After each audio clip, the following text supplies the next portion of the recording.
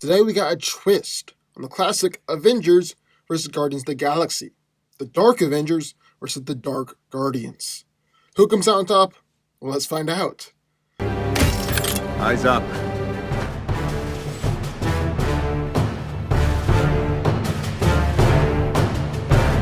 Stay sharp.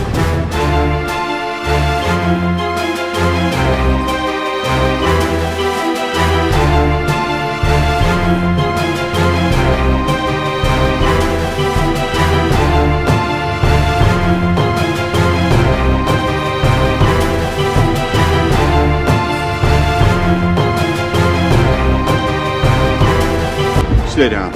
Final warning. I could do this all day. Originally an idea conducted by Norman Osborn, the Dark Avengers were Osborn's own personal counterpart to the Avengers. The team has since become independent from Osborn's visions and mad quest for power. For this fight, we'll be using Norman Osborn, the Iron Patriot, Noivar, Captain Marvel, Moonstone, Miss Marvel, Sentry, and Ares. Iron Patriot is the leader of the Dark Avengers and is meant to be an amalgamation of Iron Man and Captain America, being created from Stark tech stolen from Tony Stark's armory in the Stark Tower. The Iron Patriot armor has superhuman strength and durability, flight, magnetic impact blast, heat-seeking missiles, mini lasers, and flamethrowers. However, since Osborn isn't as smart as Stark, he wasn't able to power his suit with repulsor tech, so the chest star-shaped unibeam projector is less powerful than Iron Man's. Noivar can lift up to 25 tons, move at superhuman speed, with his peak being 150 miles per hour, and he's incredibly durable as well. He's actually capable of feeling no pain. He also owns a pair of gauntlets that can shapeshift into various weapons, including things like knives and blades, frag grenades, and miniguns. Moonstone is superhumanly strong, being able to battle against Miss Marvel, stagger the Hulk, and even has used Iron Patriot as a club. She's fast enough to tag both Quicksilver and Captain Marvel, and is durable enough to take punches from Hulk, Juggernaut, Thor, and Hercules. She's also able to manipulate her density and phase through objects, manipulate gravity, able to fire powerful energy blasts, with these blasts being able to hurt the Hulk, Thor, the Thing, and Scar. Ares is the Olympian god of war, and is superhumanly strong, durable, and fast. He has incredible stamina and endurance, and even has a healing factor. In fact, the only two Olympian gods who are stronger than Ares will be Hercules and Zeus himself. Then, being the god of war, Ares is a military genius, a master of fighting, and uses a variety of weapons like javelins, axes, swords, knives, shields, spears, and flails. Then, finally, we've got Sentry, who is easily the most powerful member of the Dark Avengers. He's strong enough to battle one-on-one against World War Hulk, is fast enough to fly light years in seconds, is actually one of the few superheroes who's considered invincible. And this invulnerability makes Sentry, for all intents and purposes, immortal. He's a powerful telepath, is able to turn intangible and invisible, and is even able to resurrect from the dead. All Sentry's powers also come from matter manipulation. In fact, Sentry is so powerful that he's able to beat Molecule Man. So that's what we got in one corner, the Dark Avengers. But into the ring, a new team in the Marvel Universe, the Dark Guardians of the Galaxy. In the wake of Thanos' death, he left a recording stating he had arranged for his consciousness to be uploaded into another. The Dark Guardians assembled in order to prevent this at any cost. For this fight, we'll be using Gladiator, Nebula, Star Fox, Wraith, and the Cosmic Ghost Rider, so the full Dark Guardians team. Calark, codenamed Gladiator, is the leader of the Shi'ar Imperial Guard and is easily one of the strongest beings in the Marvel Universe. In fact, Gladiator is strong enough to battle against people like Hulk, Thor, and even Thanos, and he's also strong enough to destroy planets with a punch. He's also superhumanly durable, being able to survive an explosion capable of destroying half a solar system, and is incredibly fast, easily moving faster than the speed of light. He's got heat vision hotter than the core of stars, has freeze breath, and his power is linked to his confidence. When Gladiator fully believes in himself, his power is matched only by very few beings in the Marvel Universe.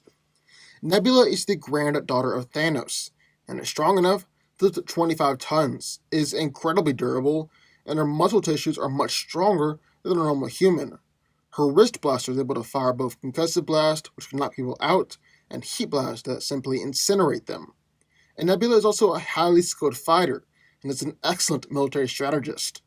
Star Fox is the brother of Thanos, and being an Eternal, he's superhumanly strong, fast, and durable, has an incredible healing factor, and, like other Eternals, is essentially immortal.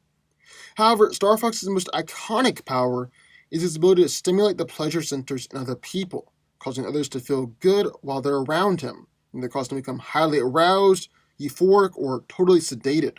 Wraith is a member of the Kree alien race who's possessed by Exxon parasites, covering his body in a black membrane and granting him a vast array of abilities. He's superhumanly strong, incredibly resistant to pain, and thanks to the parasites, he's granted an incredibly powerful healing factor. He's actually seemingly immortal. He can absorb energy blast and souls of other beings, and he has a polymorphic weapon that can transform into many different types of weapons, preferring to use guns, blades, and whips in battle.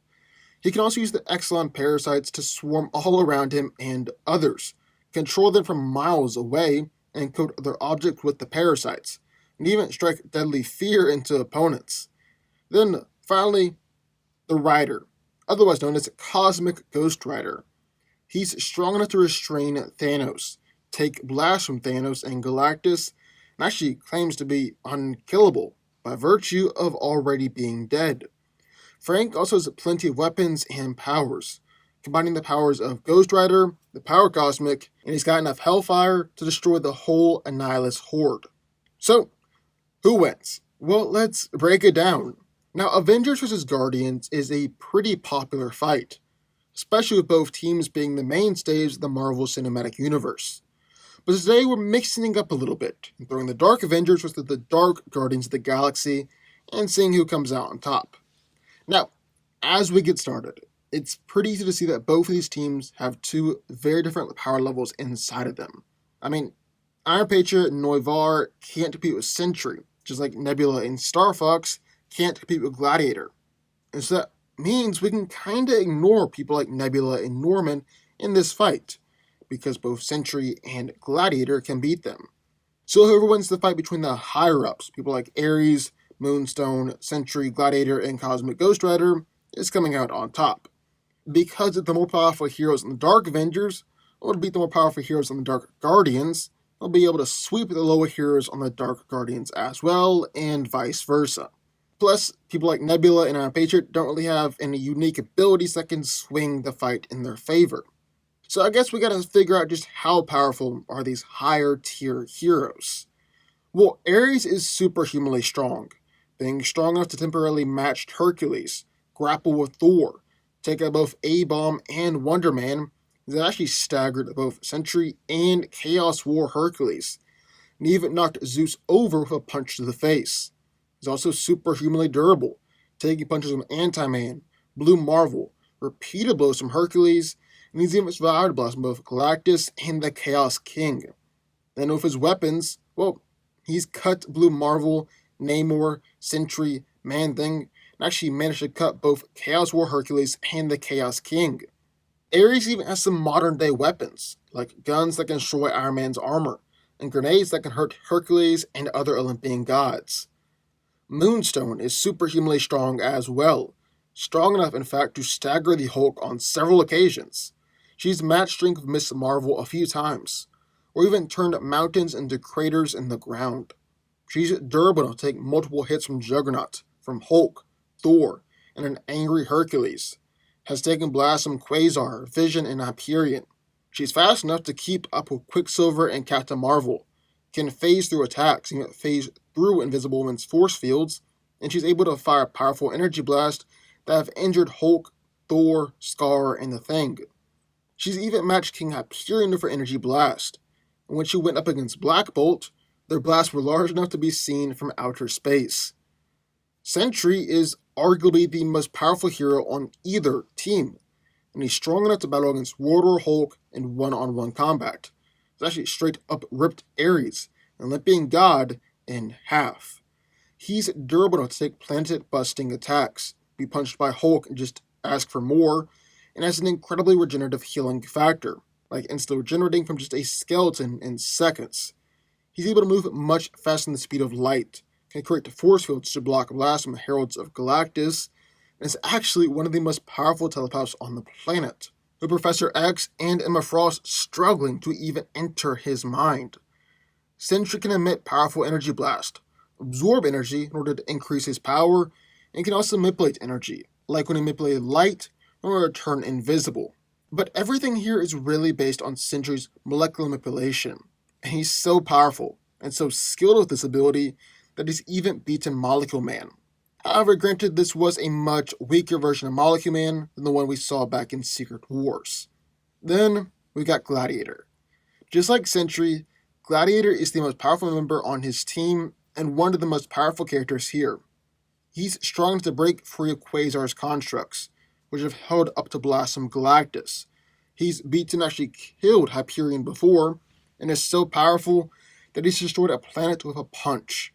He's nearly killed Wonder Man with a punch, kicked Mjolnir all the way across the city, knocked out Vulcan in 2 punches, knocked out Black Bolt, and knocked out Binary with 1 hit. Gladiator's easily withstood attacks from the Guardians of the Galaxy, has taken attacks from Thor, Nova, Human Torch's Nova Blast, Jean Grey's Sonic Blast, and Black Bolt's whispering into his ear. He's even started to blast from Tyrant, where similar blasts are powerful enough to knock out the Silver Surfer. He's fought against Hyperion in the span of a few nanoseconds, instantly counted 10 billion micro-sentinels living inside someone's body, and he's got heat vision that's powerful enough to match up against both Tyrant and Phoenix Force Cyclops. Then, finally, we got Cosmic Ghost Rider. And this is the most interesting one here, and kind of the cornerstone of the fight. How powerful is Cosmic Ghost Rider? Well, he's strong enough to bring Thanos to his knees, melt off Thanos' face, kill an army of Marvel heroes, and Frank even said that he has to hold it back in order not to destroy whole worlds as he walks. He's durable enough to take punches from Thanos, been blasted by Thanos' eye beams, taken blasts from Galactus, and even been blasted by the severed head of a Celestial. He's been operating at Thanos' Herald for millions of years. He's able to restrain Thanos with his chains, which are forged from the bones of Sidorak. He's got Hellfire blasting guns, Hellfire powerful enough to destroy the Annihilus Horde, and even a powerful Penance Stare. Now, if we take this Cosmic Ghost Rider, plus Gladiator on his side, I think they'll be able to overwhelm the Dark Avengers, even Sentry. However, here's the catch. Cosmic Ghost Rider is from Earth TRN 666, and most of his insanely impressive feats took place in that universe and against that universe's heroes and villains. But against Earth 616 heroes, that's a different story. He's been hurt by Gambit, knocked down by a hit from Iron Fist. He isn't fast enough to catch up with an injured Nova, not only as strong as Groot, and was evenly matched in their fight. So if you look at how he's done against Earth 616 heroes, honestly not that impressive, and a big letdown from how hyped up the character was. And that kind of does the Dark Guardians in. Gladiator appears to be their only true powerhouse. And while Cosmic Ghost Rider is around the same power level as people like Ares and Moonstone, there are 2 of them against 1 here. And honestly, I think Sentry will overwhelm and overpower Gladiator as well. It'd be a tough fight for both teams, but I gotta give the slight edge and ultimate victory to the Dark Avengers here. The Dark Avengers win. But what do y'all think? I would love to hear your thoughts. Sign off in the comments down below. Also, be sure to hit that like button, the subscribe button, turn on notifications, join the FanCo army, and I will see you next time.